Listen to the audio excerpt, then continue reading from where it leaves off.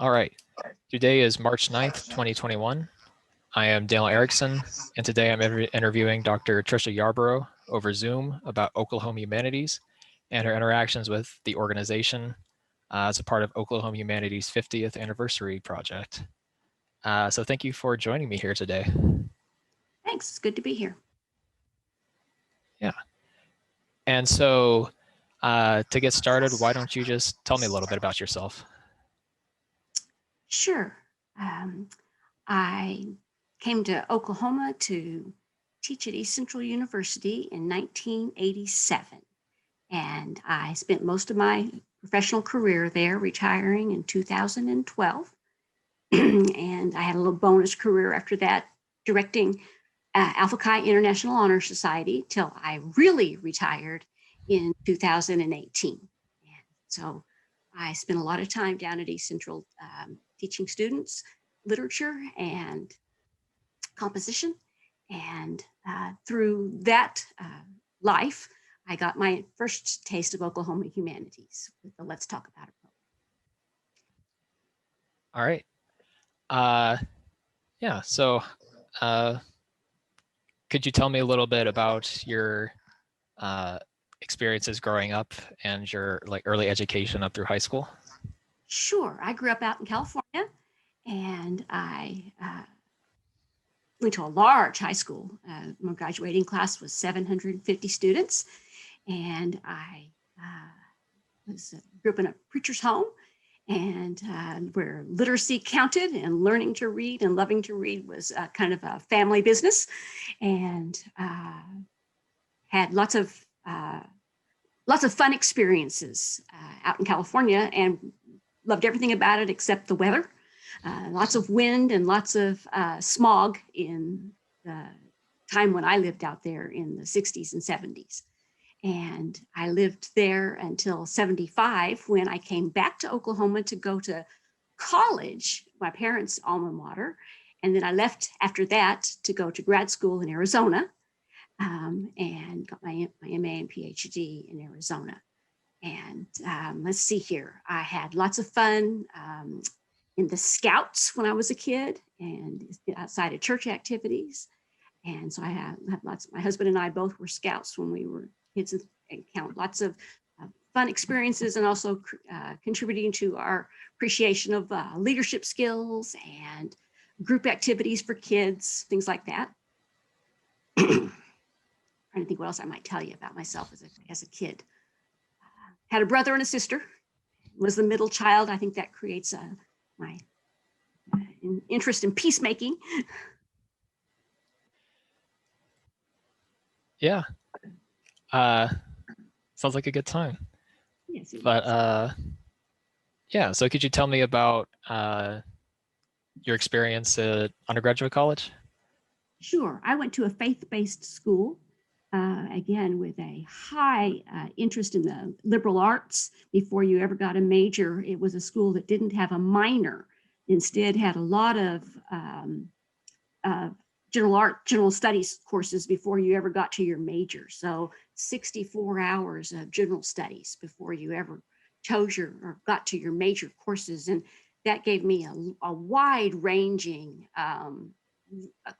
aspect of courses that I think was, for me, just an ideal undergraduate education. Rigorous school, lots of attention to learning to think critically and write well and speak a lot, and so on. Lots of interest in foreign languages and other cultures. And so I really appreciated my undergraduate education. Sometimes people, turn up their noses a little bit at faith-based education, but for me, there was not much interest in indoctrination, but instead in learning how to reason carefully about your faith, and to also just know a lot about the world we live in. And so I had a wonderful, I think, undergraduate education, though I was not a rich student. And so I worked my way through, spent a lot of time working outside of school hours. And I think that made me appreciate the schooling I was getting, since I was working so hard for it. I had scholarships, of course, but most people who are scholarship students know that that doesn't ever pay all of the bills. And so I worked a lot going to school. But when you're young, you don't sleep much. And so I had a great time when I was in college. Just had wonderful professors that I can probably remember all of them in all of my classes in those days. They cared a lot about students who cared. I don't know what they cared. I don't know if they cared about all the students, but they cared about the students who cared and invested in them to all of the hours that you would give, they would give, as far as just making sure you could think hard and reason well. And I really appreciated that. I was not a liberal arts major at all, but those liberal arts professors made sure I could learn to think hard about the liberal arts. And that really grew me up as a thinker, going to a school like that. Appreciate it. Yeah. What was the name of the university? Shout out to Oklahoma Baptist University there. Okay. And what was what major did you end up with? I had a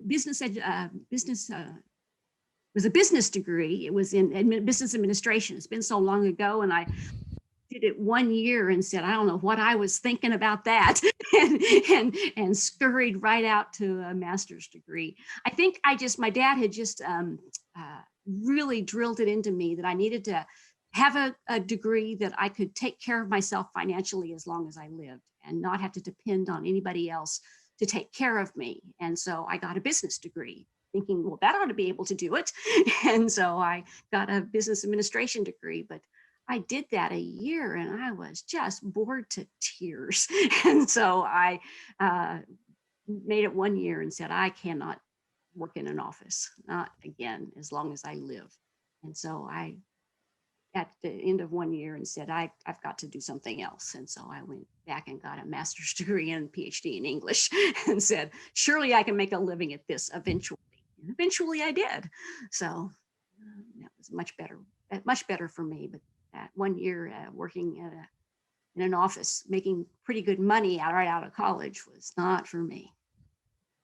Yeah. Could you tell me about your time pursuing those higher degrees?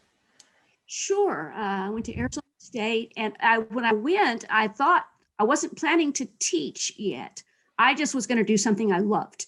And I just figured the money would figure itself out. I just was so tired and burned out of being in an office. I just said, I just need to go do something I love. And I know I love reading. So I'm going to go get a degree in reading and I'll figure out the work thing later. And so I worked as a temp worker.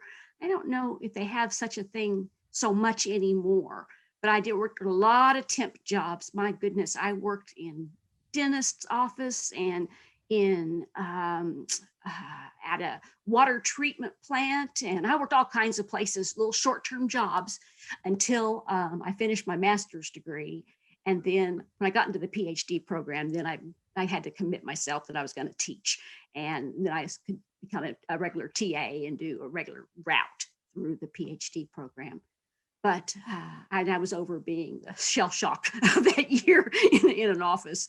And so I had, and I still stayed with there at ASU. They really stressed, they were strong composition and rhetoric program. But I didn't think I was going to just so quickly jump right into doing something that was not my first love. So I stayed with a straight literature degree, doing what I knew I could teach with some kind of passion. So everybody there still learned to teach your basic Comp 1, Comp 2, tech writing kinds of courses. But they were going to be what I did because everybody in an English department out there in the world was going to teach those courses. But my passion was always teaching literature. I took as many of those courses as I could. And because it hadn't been my undergraduate degree, they were a little suspicious of me, of course. But since I'd had that general studies intense program as an undergraduate, I didn't have much catching up to do. I really didn't. I had to take a couple of courses because I hadn't had anything very many courses prior to 1600 or something. So I had to take a couple of courses like that to fill in some gaps. But my knowledge base was pretty, again, another shout out to OBU. I felt, although I felt a little insecure, I really shouldn't have been. I was just fine with all those people who'd had undergraduate degrees in English. And I had some really fine instructors at ASU. I could probably call now if I had to with pencil and paper. I could call the names of all the instructors that I had. I had some that made me pretty unhappy, but I learned the rules and what you have to do to survive in grad school, and then I did all right. Yeah. So what kind of coursework goes along with higher degree in literature? Well, there's the regular courses in the major figures. So there's some survey kinds of courses. So you do take 20th century American literature, kind of a survey course, and then you take some major figure courses. So a course in Hawthorne or a course in Henry James. And then there's some coursework in literary criticism and what that is and how to apply it. Although they were a little behind in that. They were not a trendy school on top of literary criticism. I was at a interesting time in literary criticism as a discipline, and the teachers there were, many of them, older, and literary criticism was newer, and so many of them were still practicing and doing a kind of literary criticism that was traditional and safe, and that was not what was new. And so that was interesting to be reading and hearing about a kind of literary criticism that none of my teachers were actually doing about much. So that was an interesting thing. So there were courses like that. Lots and lots and lots of reading about major figures that I might teach sometime, but never in the way, as in every program in the world, no matter what kind of, no matter what kind of a humanity you're in. I'm not sure what it's like in engineering, but if you're in a humanity, you study a whole lot about things in a way that you'll never actually teach them if you go out and teach at the undergraduate level, because it's just way more specialized. And it's one of those, wouldn't it be nice if I could teach the way I'm taught? But it doesn't work that way. It's just, you have to make that up as you go along. You have to figure out all that wonderful stuff I learned. How will I ever take any of that and make it available to my undergrads one of these days? And nobody ever explains any of that to you while you're going to grad school. You have to realize when you get in your first classroom, oh, okay. There's no teaching how to teach at all in grad school. There's not one single course in how to be a teacher. In Comp Ret, they try to do a little of how to teach Comp 1 before you teach Comp 1, but not much. Not much. You go into your first classroom. I can remember the day that you had 1 week before you started teaching. And I remember when we ended the last day of that first week before I was going to go into my first classroom teaching. And I remember saying, but what is it we talk about? I'm getting ready to have a class of 18-year-olds, and no one's talked to me about what it is we talk about in that classroom. I never took that course. I was, advanced placement and CLEP out, and I never took those courses. Someone should talk to me about what we talk about in those courses. And there's no explanation at all in grad school in those days. That's been, my goodness, back when dinosaurs roamed the earth. They probably do a much better job of it now than they did back then, explaining to teachers, professors, how they're going to profess. So. All right. So yeah, after you got your PhD, what'd you do from there? I went straight to East Central University in Ada. The times were very, very lean.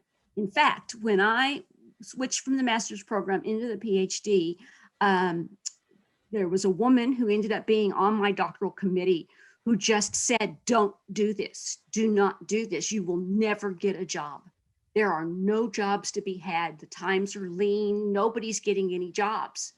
And I said, with that horrible arrogance of the 22-year-old, I guess I was 23 by then, there are always jobs for the good people.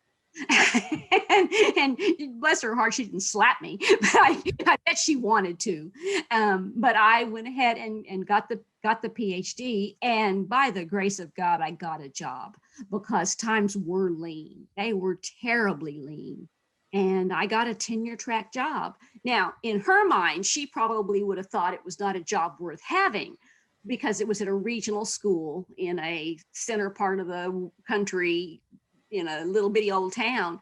But I was grateful to have a tenure track job at a regional school, and I didn't mind it at all. And I had a great life for 25 years at East Central University, and I got to know a lot. I had good colleagues, and I had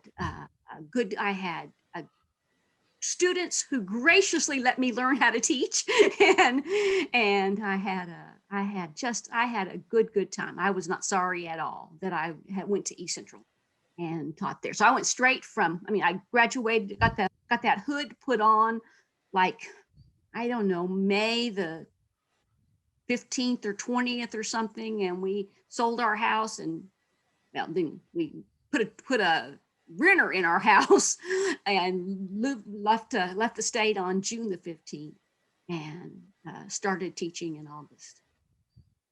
So, yeah.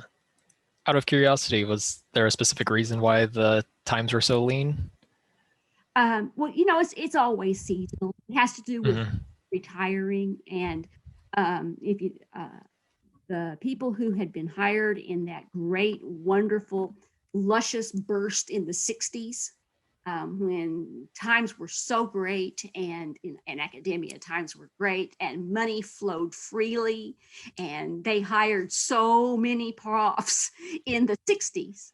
Those people all aged out and were retired, and were I got to figure out how the timing worked, but they had retired right before or something. At any rate, there was a seasonal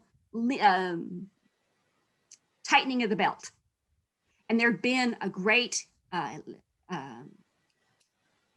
what's the word I want, bust in Oklahoma, and in the 80s, and that was all over the country. There'd been kind of an economic bust, and so at any rate, there were just hardly any jobs to be had, and that happens all up and down seasonally. And so every 8 or 10 years, there'll be a time when there's just no jobs to be had for 4 or 5 years. And then it loosens back up again and people can get work.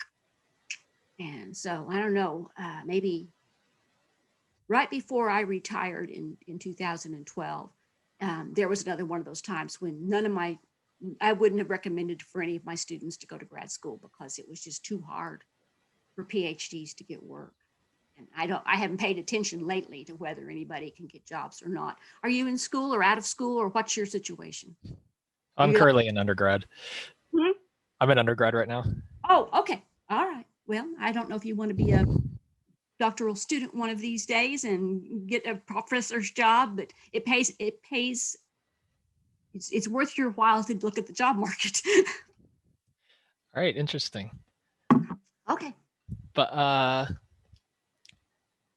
yeah, so going on to Oklahoma Humanities, when did you first become aware of the Oklahoma Humanities organization? All right, so I got to East Central in '87, and you make friends pretty quickly, and so East Central, English was on the 3rd floor of the Horace Mann building at East Central, and history was on the 2nd floor. And so you kind of figure out who your fellow travelers are. I don't know if you know that reference, but on the history folk, we went to the same barbecues and we went to the same parties and we had the same dean.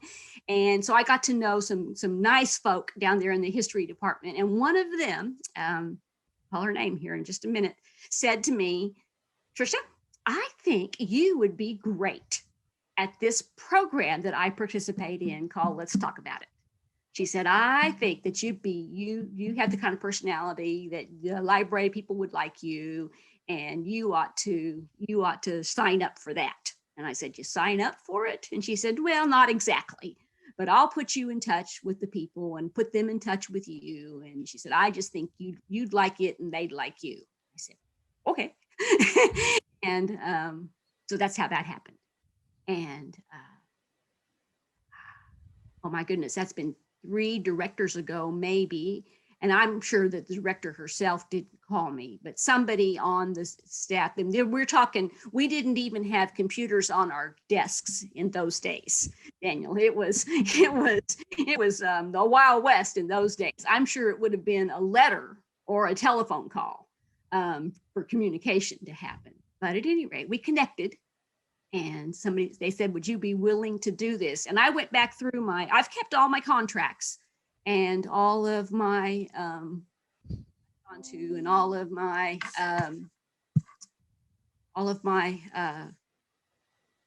presentations I've made and all of that. And so the first contract, and there may have been 1 or 2 in those early days that I can hang on to, but the first one I found is in November of '88. So it was pretty early, pretty soon after I got to East Central that I started participating in Let's Talk About It. And we're up in, here we are. I have a couple, since once you retire, you're kind of out of the flow of things. But I've got a couple going on, contracts, open right now. And so we're well over 215, maybe 220 contracts later since those days, which is unusual, just in case you don't have a perspective to put that in. Yeah.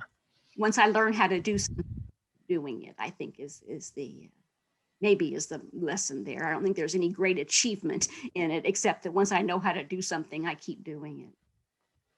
Yeah, that's not too bad. Yeah, could you explain to me what the Let's Talk About It program is? Sure. It is a program that puts a scholar, and I always use that word with some kind of trepidation. I always called myself a citizen scholar in the hope that would make the people in the libraries not feel as if, because a lot of my libraries I spoke at were rural libraries.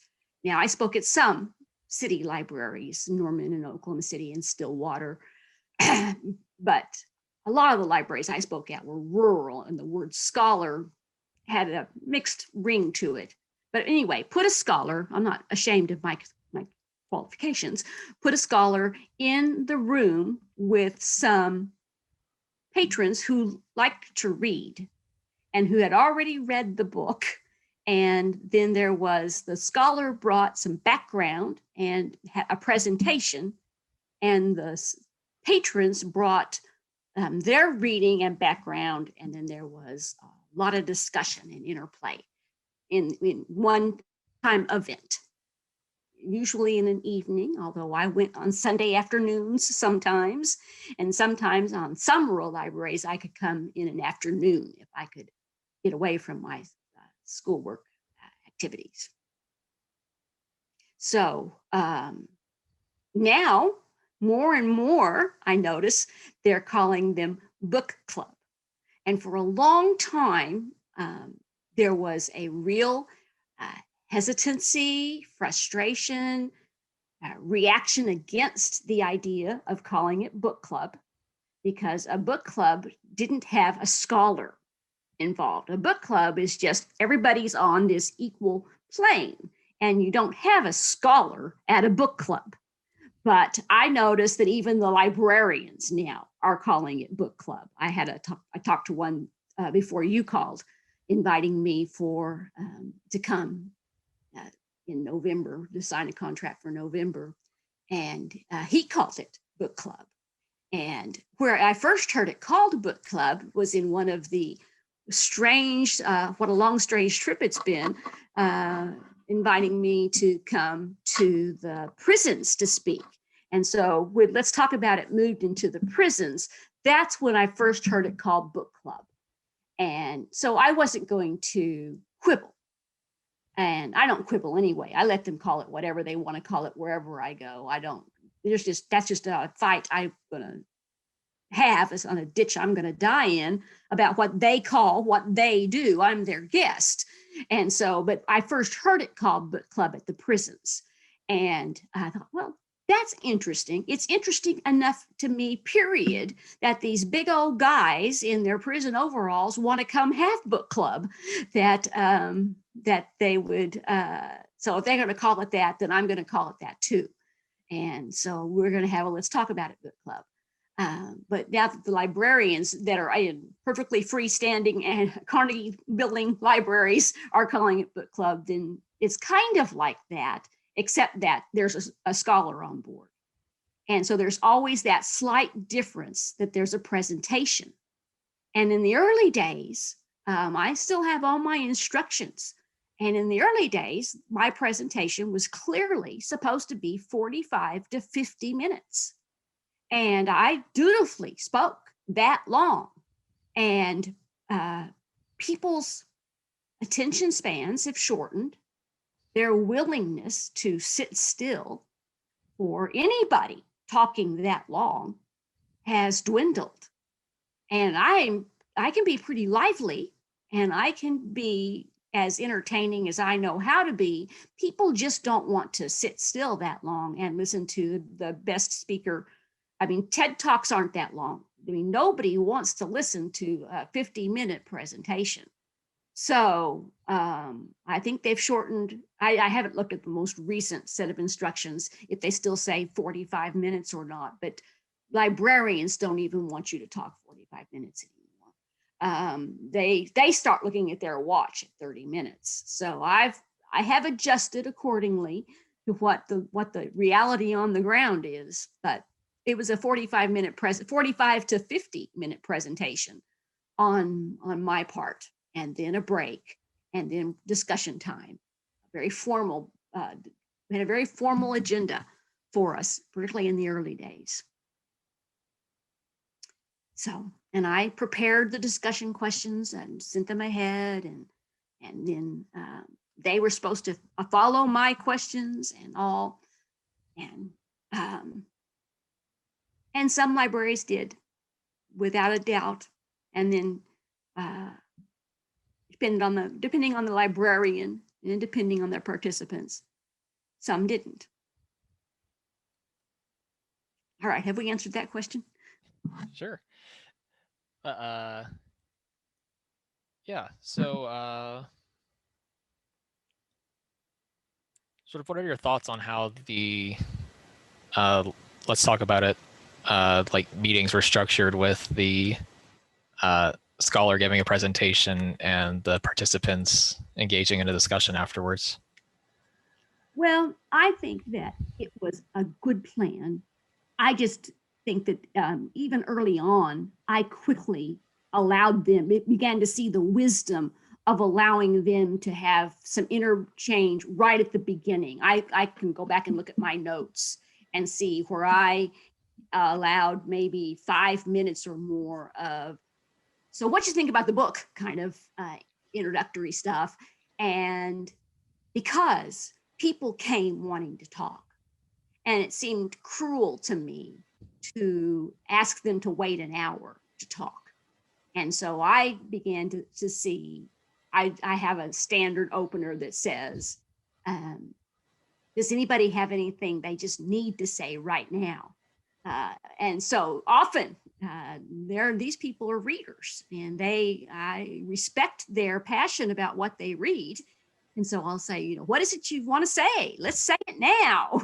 And so that sometimes takes longer than I planned, my little notion of what my agenda should be. But allowing them to talk at the beginning is not on the official agenda, but I put it on there, is that they need to talk at the beginning, some.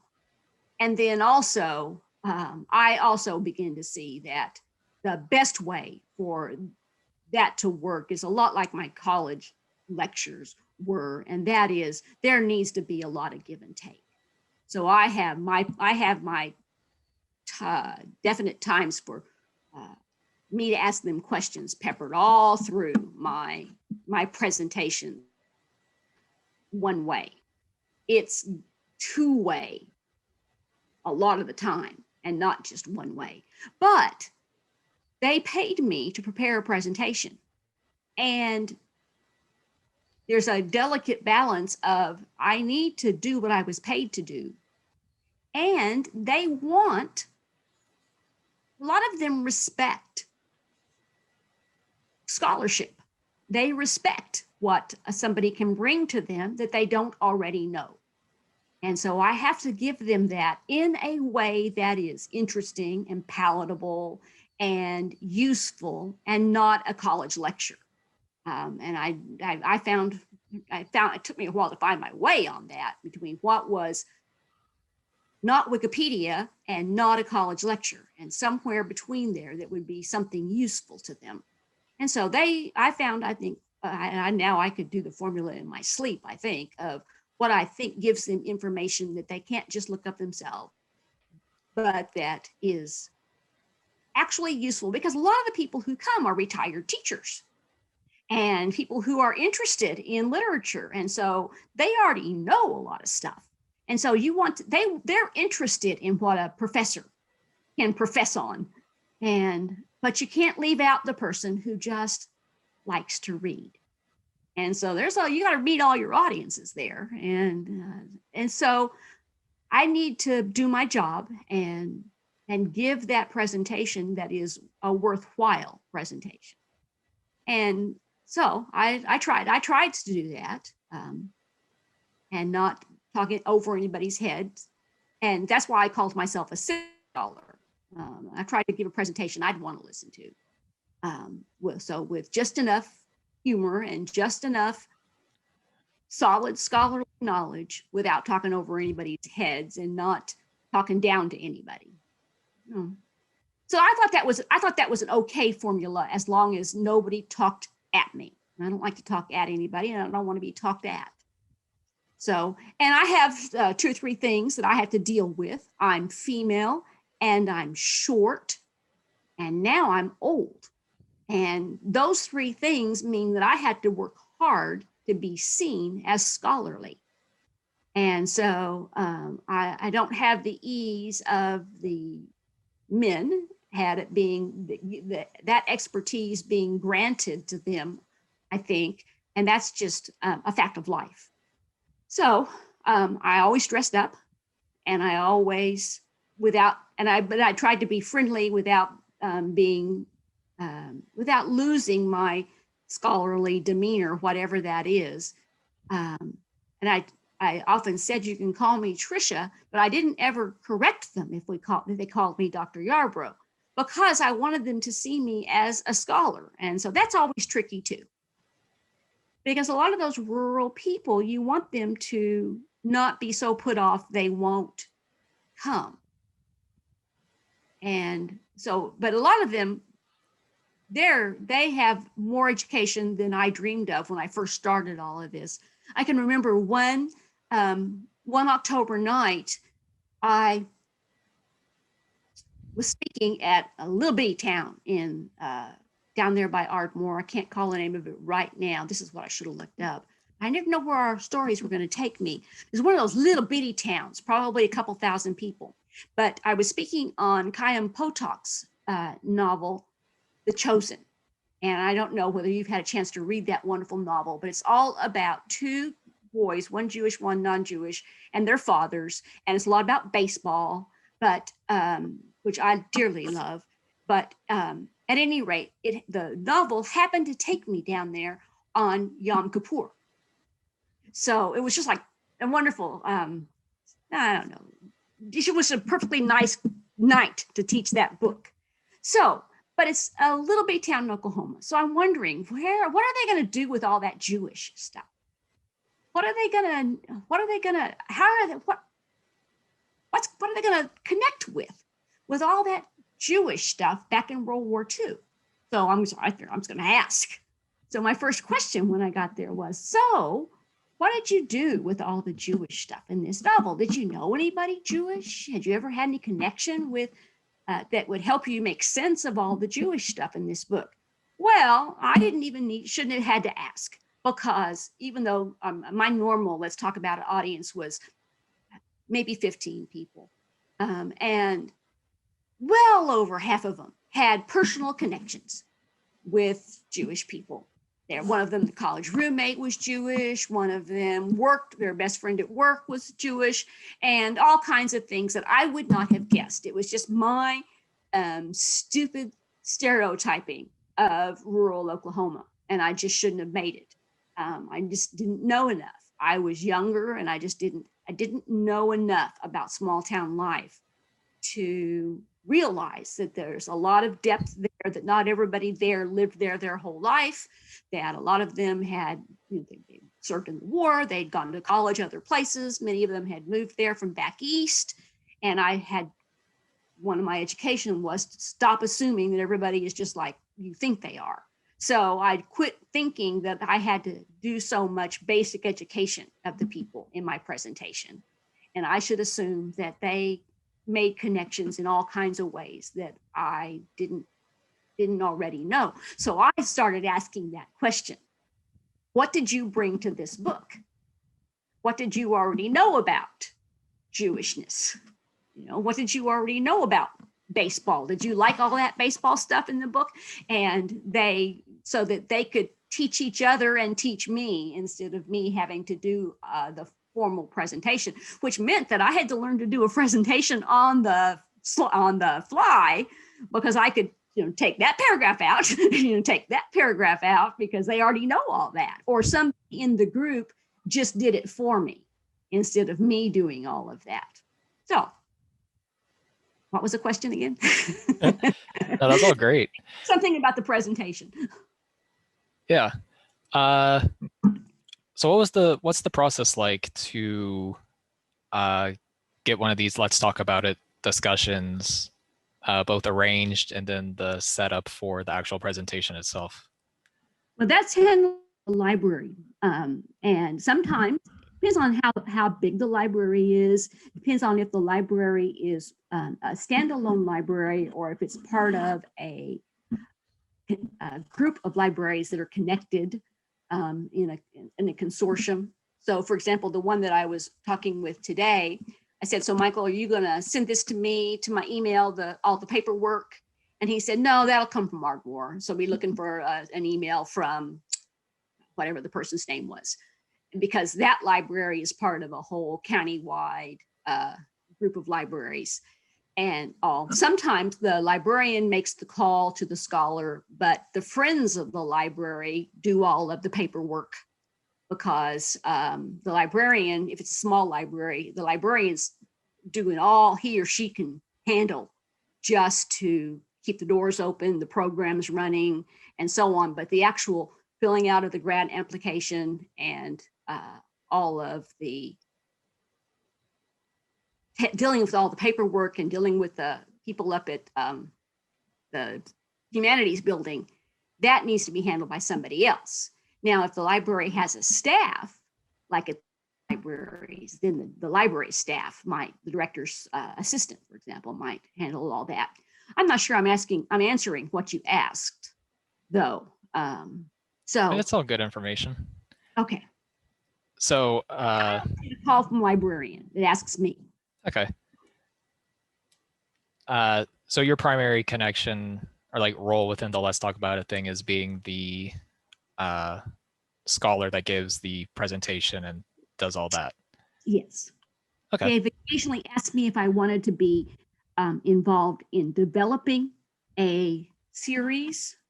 I don't know what all you know about Let's Talk About It, but they are developed in a program of 4 books around a theme.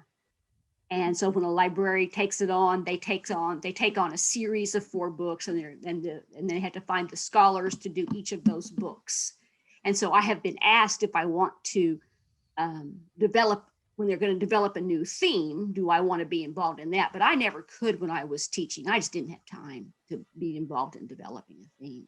So yes, I've always just been one-on-one with a librarian coming and teaching one of the books in that theme.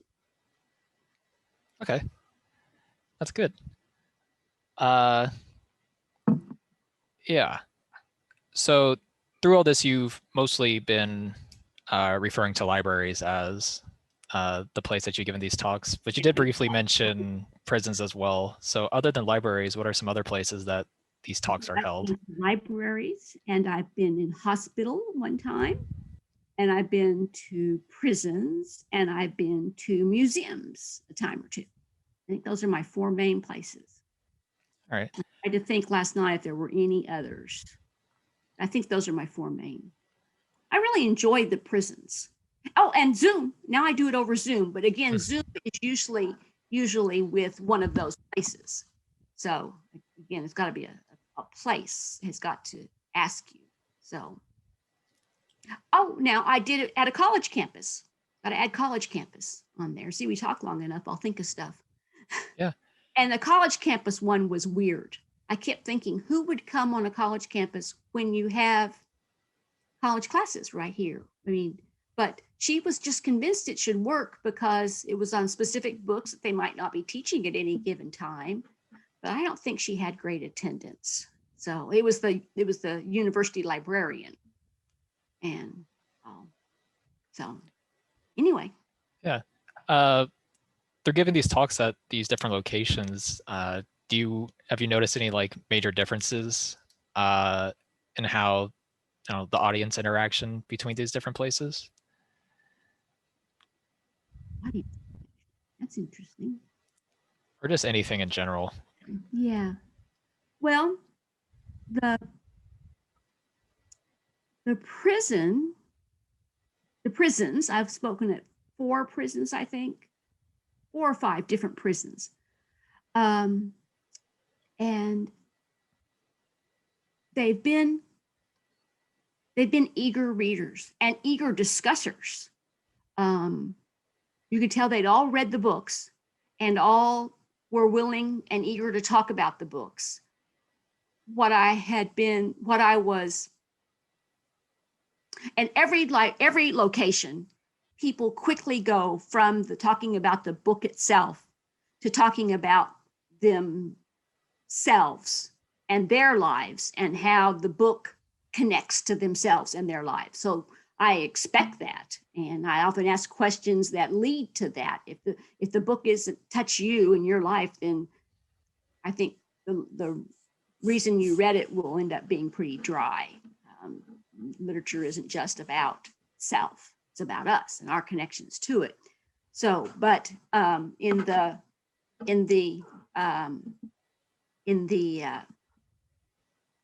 the prisons, I found that they were much more likely to quickly go to talking about that and stray, it seemed to me, and stray from the discussion of the book itself as a book. They were pretty quick to stay with themselves and what they thought about how it made them feel, or that just the dry discussion of anything about how the book was organized or things like that. They just weren't as eager to talk about the book as book, but also they were pretty passionate readers. And one time, at least at one prison, I saw that passion break out in a way that it would not have ever broken out in a library, where people just got angry with each other, and angry and calling each other names and passionately kind of yelling at each other about their interpretation of the book, and well, not just about the book, but what the book meant. And so, I don't see that usually at a library. And so people are at least keep a veneer on that they're wouldn't call one another a name like that. So and then the people lined up with one person or the other person, so there was like posses on each one. So that was kind of interesting. I never had that happen before. I felt safe, but I felt like, wow, this is lively. So that was a whole different thing. It was obviously a book, not obviously, you wouldn't know. There was a book where race was an issue. And so the racial attributes of the readers contributed to their racial interpretation of the book. And so that's interesting. And that only happened one time with me in a college classroom where race really affected the way people read a book, but they didn't allow them to become passionate in their discussion. Obviously, there were some differences in how they interpreted some things, but they didn't let themselves get passionate about it. I'm trying to think. There were times when people had really sharply divided indications of whether a book was any good or not. When in many times, and let's talk about it, they would wonder why a book was even chosen. That happened a lot to me.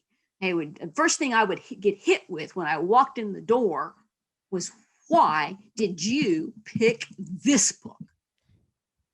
And I would say, I had to do a lot of tap dances to get us through. Well, first of all, I didn't pick it, but to get us through to what is good about this book? Is there anything good about this book? And all. So I would get a lot of that in libraries, people being really really outspoken in a way you would never get in a college classroom. No student would ever dare speak to a professor in that confrontational regarding that a book was no good. They'd just say, if I had picked it, then it must be something good about it. And library patrons don't have that sense that you must have seen something good in it because you picked it. Even though I quickly explained, I didn't pick it. All right, this is a series, and the series was chosen by somebody else. And I could have said no to this particular assignment, but I didn't pick this book. But usually by the end of an hour or two of our time together, most people could say, oh, well, now I can see what you're saying, and I'm going to go read this book again. Not always. Sometimes, often because of moral reasons, people have, really strong values, and they would say, no, I don't think so. I think this is a bad book, not in the poorly written, but bad in its value structure. And in that sense, they would say, you can't, this book should not have been chosen, was what they were trying to say, because it teaches bad things. And so that would often lead us to a discussion of, does that mean nobody should ever read it? Or just that you don't, are we going to push values on other people? And that would often lead to a very lively discussion about values. And that's what humanities education is all about, is what do we push on everybody, and what is okay for us to talk about, even if we don't believe it. And that's always a good discussion. So. Well, we have pretty close to 10 minutes left here. Okay. Before an hour. So I just like to open the floor to you to talk about anything related to Oklahoma Humanities as an organization, or even just the humanities in general that you feel like you wanted to share. Let's see here. I didn't know we were going to have miscellaneous time. Let's see here. Let me just say some things. I'll say some random things, and maybe it will lead you to think of a question you want to ask me like that. Remember it being a good day when the reimbursement started coming quickly. When we first started this, I told you that the books are in a series. Mm-hmm. Well, you used to not get paid until the entire series was finished, and they had finished all of the paperwork and sent it all in, and then you would get your pay. And it never was very much. I'm sure, I don't know if you've ever seen a contract, but it's never gone up since 1987. So it's not that much money, but it was enough that, you could do a little something with it. And so, you might, the books were usually 2 weeks apart on the library schedule. So if you presented the first book, and so then 2 weeks, and then 2 weeks, and then 2 weeks for the last book, and then the librarian had a little time to finish all her paperwork or his paperwork and get it all the report written and sent in. And then they had the Oklahoma Humanities people had a little time till the next pay period to send the checks out. And it sometimes seemed like it was forever till you got paid. And so one of the best changes they made was when the librarian could send just a little interim report after your book and you could get paid before the next pay period. I kind of liked that one. I thought that was a wonderful sign of thinking about the scholars and their hard work. You know, I spent a lot of hours on dark roads, little 2-lane roads in small towns in Oklahoma. And it was, that was a nice thing. I thought they were thinking about me a little bit. I didn't need a lot of money for what I did. I enjoyed it immensely because if you're an undergrad student, then you recognize that not everybody acts all the time like they thoroughly enjoy everything that's being assigned, and they do it with rapture and appreciation for the professor who assigned it. And so it was, although I loved my students and I loved my time, there were some days when I just could have wrung their necks. And so it was nice to go to the libraries where everybody would have read the book and wanted to talk about it with a kind of appreciation for the material and talk to other adults about it and all of that. So that part was really nice. I really enjoyed, let's talk about it. I wouldn't have kept doing it if I hadn't enjoyed it. And I had lots and lots of libraries I went back to every April and every October. They would have me back so that I knew them. I knew what was going on in their lives. I knew the people there. And at Ardmore and McAllister, I think they just made me an honorary patron. I went back so often because, and they would say, "Oh, Trisha, you're back," and they would have my favorite, you know, whatever I drank. And some libraries would go to such trouble. They would have, you could tell that the program meant so much to them. Again, some of those smaller libraries, they would cook a complete dinner. Let's talk about it. And they would have a plate for me. And I'd say, well, I can't eat until after I've spoken. They said, that's okay. We'll keep it warm for you. And they would have made, a total dinner, often themed to whatever the book was that we had read. So all of the dinner would be like, when I remember something had to do with Southern cooking. And, they would have gone to such effort to have made dinner for everybody. And we'd all eat and talk about the food, that how it went with what's seen in the book and all of that. And there's a lot of good that happens around dinner and a book. So that part was really nice. And some of the librarians would decorate the library room that we met in to match. I wish I'd taken pictures of all of the ways that they decorated their tables where you signed in at, and the table, the podium where I'd present at, or I don't usually sit at a podium, but I'd have to sit in front of it. I'm so short. But they would have and the room would all just be so, I think that's a lot of effort that nobody paid them any extra for, but they would just want it to be a great experience for their patrons.